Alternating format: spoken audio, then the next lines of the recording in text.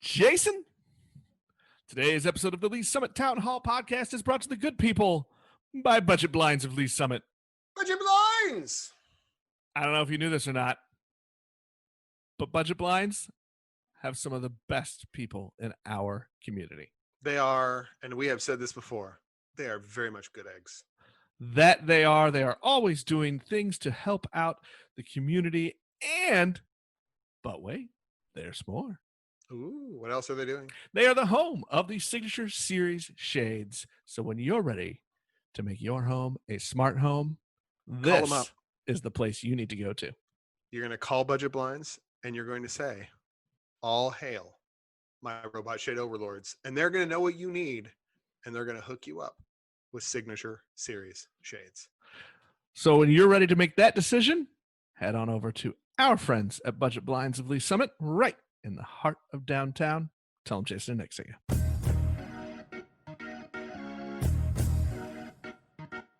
Hello again, and welcome to Lee Summit Town Hall, a weekly podcast about what you can do to make a difference. I'm Jason Norbury, and as always, I am joined by a man who is celebrating his birthday. COVID world birthdays don't count. The publisher of LinkedIn. Does that mean we didn't age this year? Because right. You and I both had our birthdays post-COVID? Everybody holds because COVID birthdays don't count.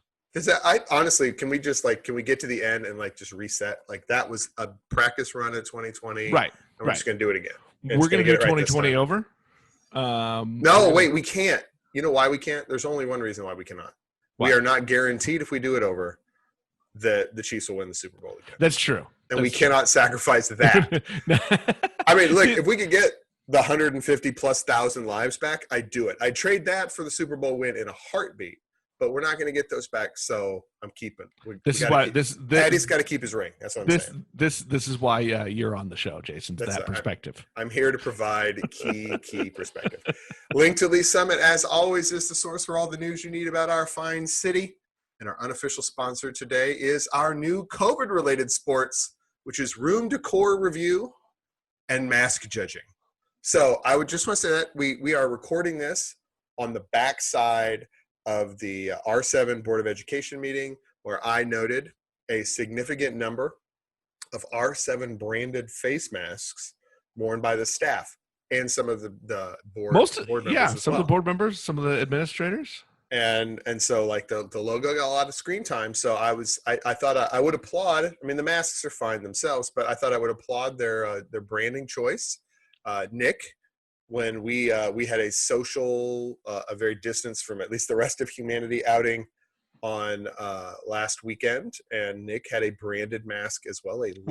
Summit branded always mask. Be branding. Always be branding. So we're going to judge. I'm here to judge your masks. I have a question for you. I'm definitely here to judge your room decor, says the guy behind the blank blue wall with the George Brett stuff on it. Well, the George Brett stuff makes it okay. And you can see all my Royals. Most of my Royal stuff there in the background. I'm going to ask you this question. So if you're judging masks, do you question the people who are wearing just the disposable hospital masks, the paper ones? I feel like you're not trying hard enough. I mean, good on you for wearing the mask, but I feel like, come on, let's. We've been doing this long enough now. Get your A game. You should get a little style. Make some choices. Maybe people just aren't. I know we have a gob of masks now. We have acquired a number, and we go through them in bursts, but there are two that are pretty boring that I wear. They're blue in one form or another that I wear a lot, and then there's a couple that are brighter colors that I wear. But I like them. I really wear them more because they're big enough for my big head. And nothing is big enough for your big head. Well, I mean, nothing's big enough for my big ego. I don't know about the rest of it. Well, let's jump into the show, Jason. There's a reason that we pushed this to Friday, other than the fact that I just wanted more birthday celebrating time. Party time! And so we didn't do it on Wednesday. But we pushed this back for one big reason. The big news, the only real big news that's going on right now in our community was that there was a special session of the Board of Education meeting on Thursday night. And it was to discuss and vote on a new plan. They called it 2.01 for the reopening plan, which basically was going to give new options as far as the the reopening plan went. Jason, I want to take a little bit of time and let's go over what that was, because I think I think not only was the meeting itself a little bit confusing, I think it was kind of hard to follow what the actual decision was, but I think even leading up to it, there were a lot of people that thought, oh, we're going to get a final decision to know whether or not we're doing all in person, all virtual, a hybrid, and so that's not really what it was. What this vote did, there were two votes. There was the one about options. The second one is to delay opening until September 8th. But Jason, let's talk a little bit about those options. They started at the top, which was, we want to get everybody back in person. Right. That's the first step. However, we can't do that basically until the health department says we're no longer in a pandemic. Absolutely. So we can't have everybody there until this is over. If you think back a couple of weeks ago when they had the first of these meetings, right, and they talked about, we have what we want to do is be in person, and then our first contingency is a hybrid model, which is like half capacity hybrid model, and our second contingency is a virtual model for those who had chosen the in-person option. That basically stayed the same. I think there's one key difference between the two, is that they put an emphasis in the hybrid and the virtual model of trying to keep pre-K through third grades, which are the ages that are the least likely to transmit or suffer bad effects from COVID, in school full time. I think that the evidence they're saying is, one, the risk is lower for those people, that particular population, as well as the risk to transmit. Right, and then two, the benefits to that group of people are the largest, right, as a whole. So they wanted to do that, and Dr. Buck said a couple of times in there that in their conversations with the county health department, that they were intrigued by the idea, but they weren't ready to give their blessing to it yet. But that didn't necessarily affect what the plan was going forward. Right. So what that is, we'll step down. Like I said, the top option, the option everybody really wants, is everybody full time. That's not going to happen until the pandemic is over. So then second, as they put it, when full-time in-person learning is deemed safe. Right. The second thing is a hybrid where, like Jason said, they would like to get the pre-K through third grade full-time in person, and then grades 4 through 12 would be a hybrid mix of virtual and in person. And right, and that was the 2-day, like splitting into A and B cohorts. Right. One is Monday, Tuesday. There's online stuff on Wednesday, and then Thursday, Friday is the other portion. Right, and then the third thing down that list was, and here's the caveat they put, while in significant community spread, which, by the way, it happened today, and Dr. Buck said this, if it happened today, we are still considered significant community spread. So what that is again, they would try to get the pre-K through third grades in full time, and then grades 4 through 12 would be 100% virtual. And then the lowest option, and I think that's kind of the worst case scenario, is, hey, we have to start school, but we can't get anybody in the schools, so everyone pre-K through 12th grade are all virtual. And so just to be clear, I want to make sure everybody understands this part. That vote said these are the options available, and we're going to give ourselves a deadline of August 25th for Dr. Buck to either make that final call or make the final recommendation to the board. Right. And so for those of you who are hoping for, and we're going to get into this a little bit more in a little bit here, but who are hoping for an actual final answer on what we were doing, you didn't get one. What you got was they wanted to be flexible, to allow for, for situation to change, either for the good or the worse, to be able to react to that accordingly. So there were some interesting pieces that we learned through that whole process. One is, as a result of this vote, with this sort of updated and now having had an opportunity, because before we got to this, I think this is probably, hey, we're the process show, so we should probably talk about that part. There was like 3 hours or 2.5 hours of This was a Districts, 4-hour meeting. I want to go back to 4-hour meeting, Jason. And I was hoping when happy they said it was birthday to started you. at 3, I was like, that's my birthday. I can do an early meeting. We'll be done by 5 if it goes long, right? Right. Wrong. No. So what happened was we got a relatively exhaustive presentation from virtually every aspect of the district, including like transportation, food, facilities, purchasing, special education or special services, mental health, you name it, secondary, elementary. Every piece of the community that the district touches, Right. every little All department was part of that right. presentation. And talked about what their plans are for in-person learning, for hybrid learning, and for virtual learning, if applicable, in those situations. And almost even food service has a virtual plan in play, a plan for virtual learning in place, where they would be able to provide food for students who would need it, even if it's just a drive-by pickup type of situation. So, but all of those things. So we had this exhaustive list of this is what we're doing, what have you. Now, I will say, I think that was, incredibly boring in many parts, was really, really important, because if you were a person who either hadn't made a decision or had made a decision but were on the fence about it, or just not sure what the right decision was, and you made a decision, this was really useful information for you to have to be able to amend your decision, which you can now do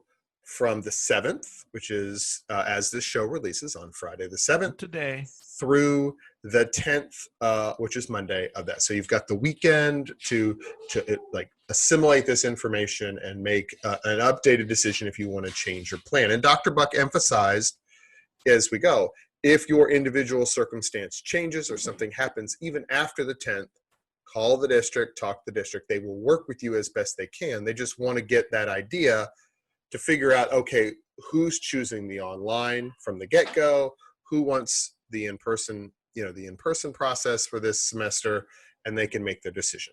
Right. And I think it's important to note too, one of the things he said, and I have seen this if you follow any of the conversations going on around town, whether it's, at a coffee shop, on the street, or on social media, a lot of people have been asking, hey, what if my kids, if we're in virtual, whether we chose it or it's just by order, we're virtual, and my kid is struggling mightily, because everybody learns differently, right? Some students are really going to take off and excel with the virtual learning, and some are going to struggle.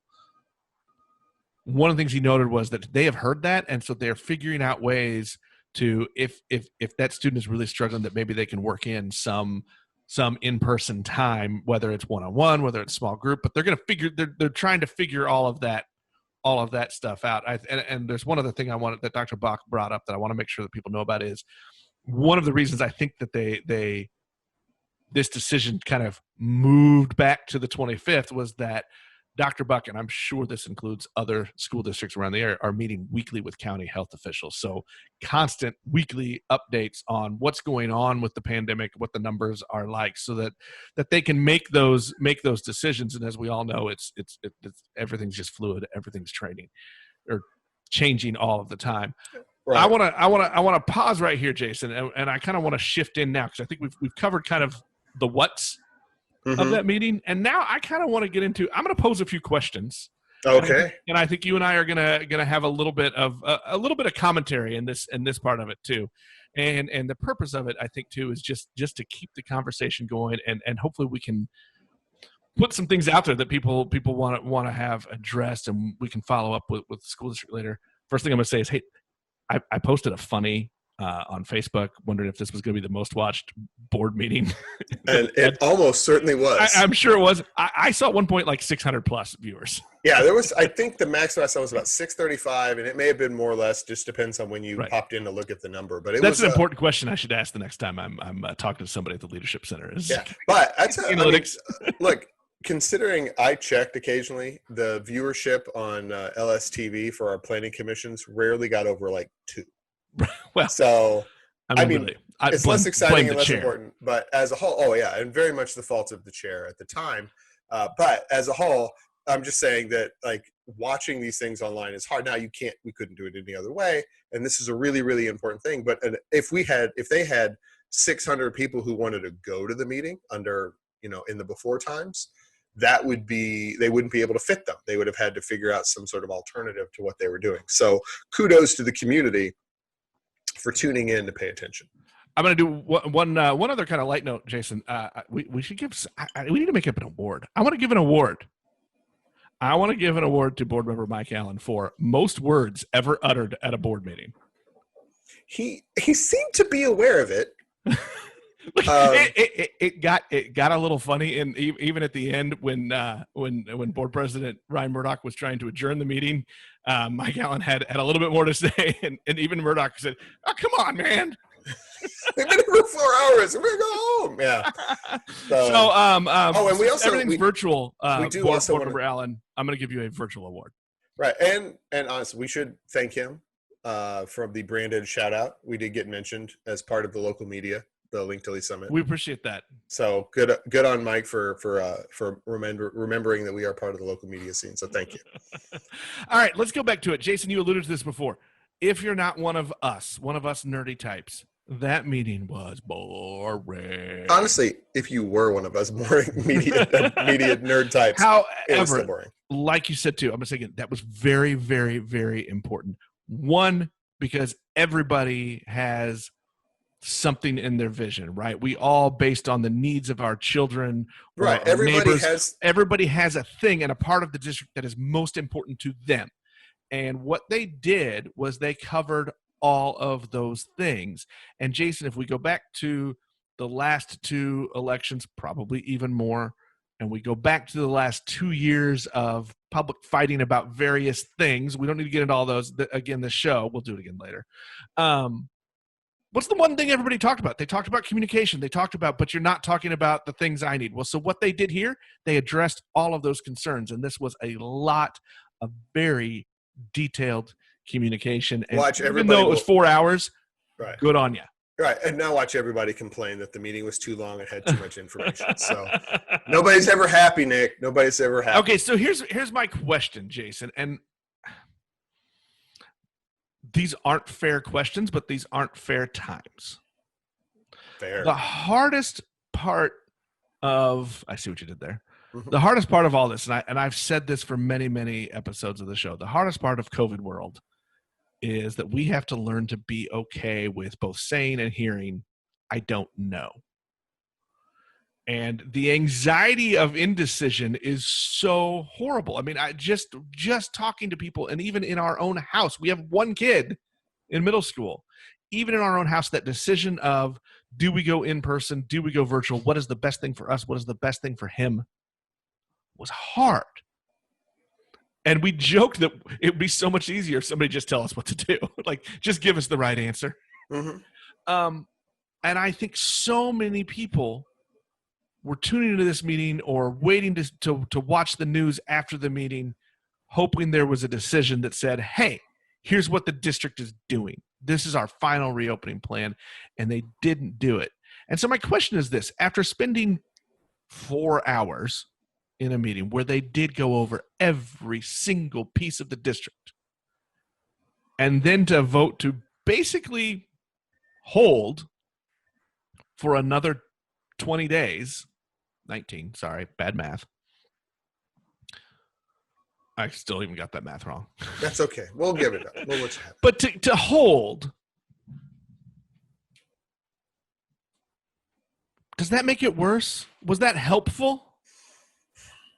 And again, I don't know the answer, and I know it's not a fair question, but I think it's a question that has to be asked. Well, and I think it's a question that's going to be asked. Right. No. Oh, it very much will be. I think, honestly, I mean, I would be willing to bet that, guest columns might have something to say about that as you well, go and I'm along. sure there are probably emails already being sent. Right. And I think you'll see. So I'll tackle it this way. I think there's two questions or two ways to attack this.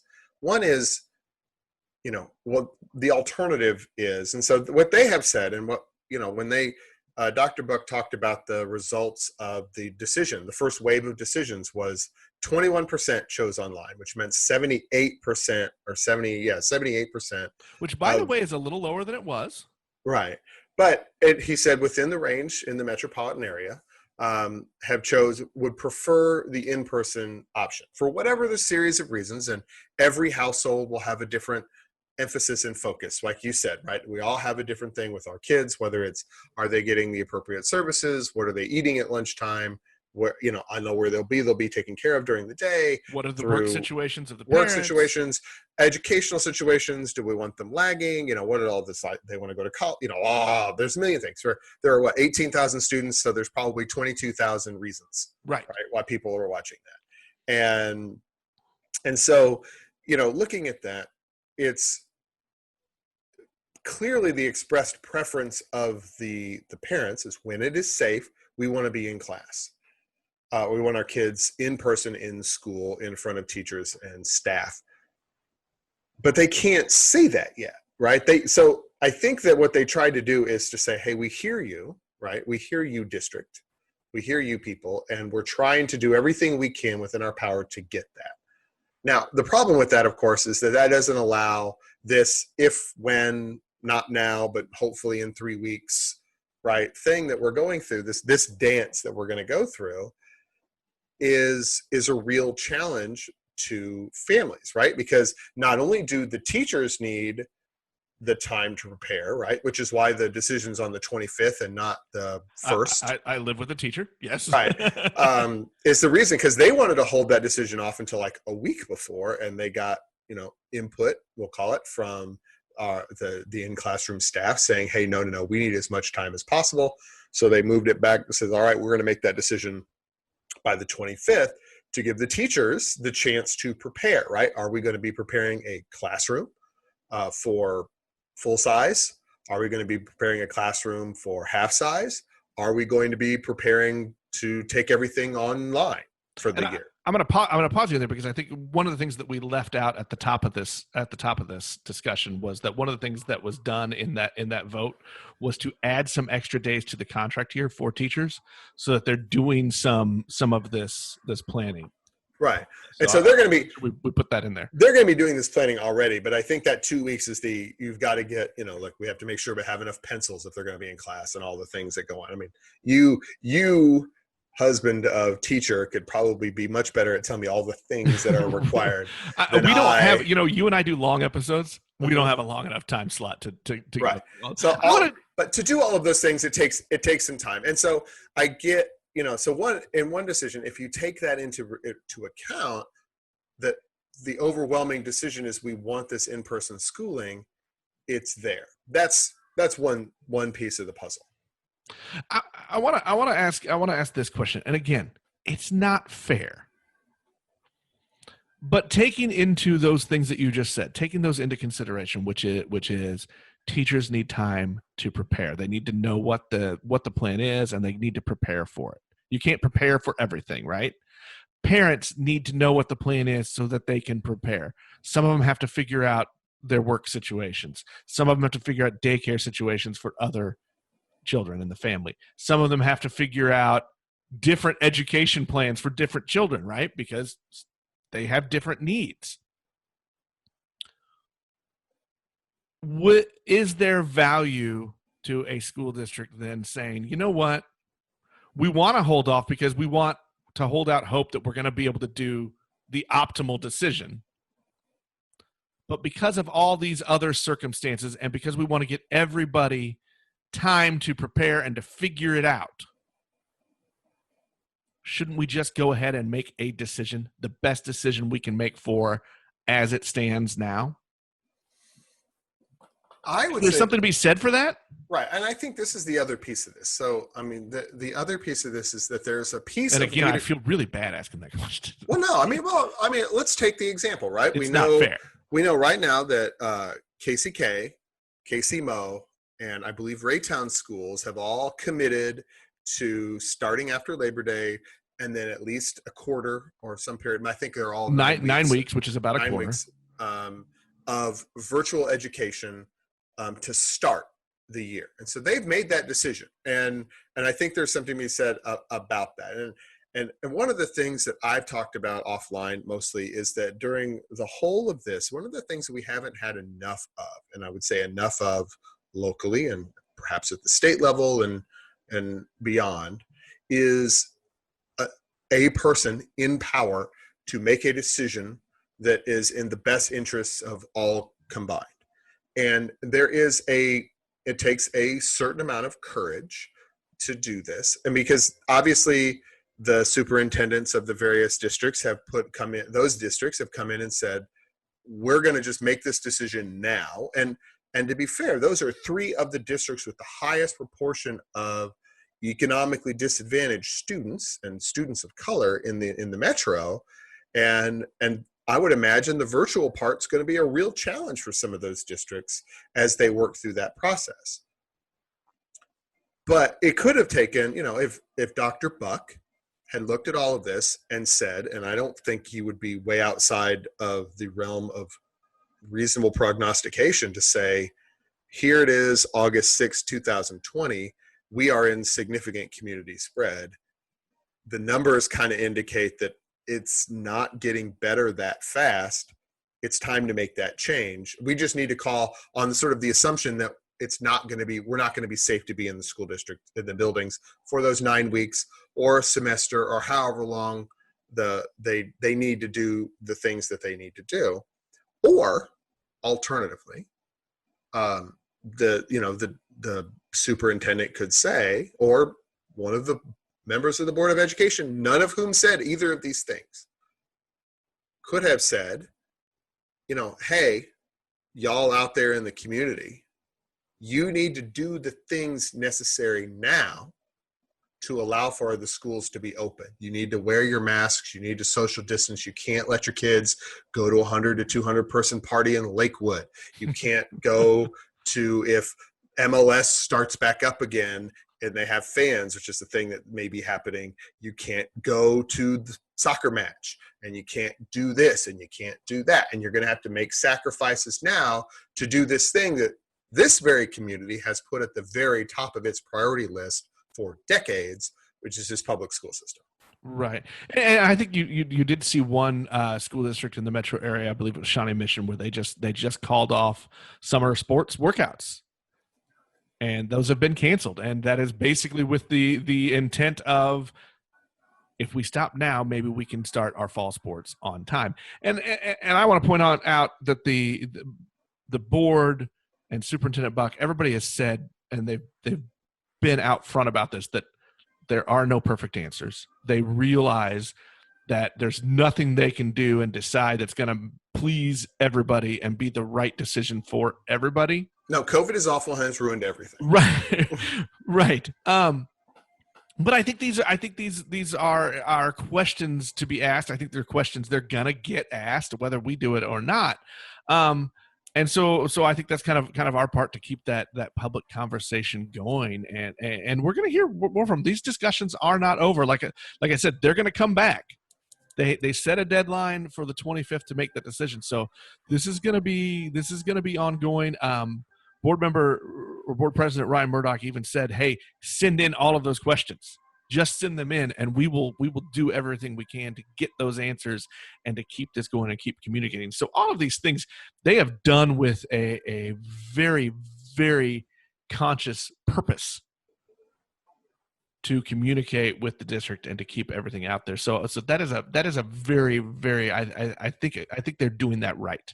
Right. No, and I will say, I mean, all of my sort of hypothetical criticism aside, I think the district has done a good job as a whole of communicating what they're trying to get to, and then picking a plan and going with it, and they're going to take the flack, right? I mean, we saw on social medias and people are getting real antsy about trying to figure out, well, I want my kid to be in person. Are we going to be in person? And that's a legitimate concern.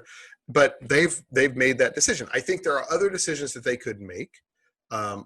Any of those things would display, a different leadership if you chose that way. I don't know that there's a right or wrong one out there. It's a weighing of the overall keys and emphasis that are out there. But I think given what the district has said is their goal and what they think is the most important thing for the kids, that they're doing everything they can to accommodate that and hold off on long of that before do you want my prediction? On the 25th, they say we're going to go virtual for 9 weeks. But that's this cynic's opinion as we go through it. Well, let's just to sum up and wrap things up here. I'm gonna go backward. I'm gonna go back to the top and say, here's what happened. Here's what we know. What we know is that the Lee Summit R7 School District is delaying its start until September 8th. And that you have, beginning today, you have today, Friday the 7th, through Monday, through the day Monday to you, that choices reopen, whether or not you think it is better for your students and your family to be in person or virtual. And then they're going to reevaluate until the 25th, or max out, I guess, until the 25th. They could make that decision earlier. Whether it's going to be, I think we can rule out that full-time for everybody in person. That ain't happening. But I think that the decision of whether it's going to be the pre-K through third grade are going to be full-time in person, and then whether the 4th through 12 will be hybrid or virtual, or everybody goes virtual. If I had to guess, that's what we're looking at as it comes forward. And that's no fun for anybody, but that's the decisions that we kind of have on our plates. I want my 2020 back. Oh, good Lord. Can we hit rewind to like February 6th, after the Super Bowl? And again, that is the absolute hardest part, is that we just don't know. Our bodies feel like it's still March 14th, that we just hit pause. And we've kind of floated through all this stuff that we don't know. And everybody struggles in different ways. Right. And Jason, I'm working on another kind of mental health coping with COVID episode for us. I think Carrie Gray might be coming back in a couple weeks. And okay, because we both probably need that level of therapy. So it's good to have Carrie we started right when the lockdown started, Jason. We had Carrie on. We've had her on another time since then for a community therapy session. And I'm feeling like the tension and the anxieties for all of us are getting up there again. So I'm working on that episode. So we're going to have another community therapy session. So, hey, and let us know if you've got some anxieties, you've got some questions, some things you're struggling with. Let us know. We'll talk to Carrie about it. And I'm going to say this as a lawyer. I mean, we're literally trained to say, like, it depends. We don't know.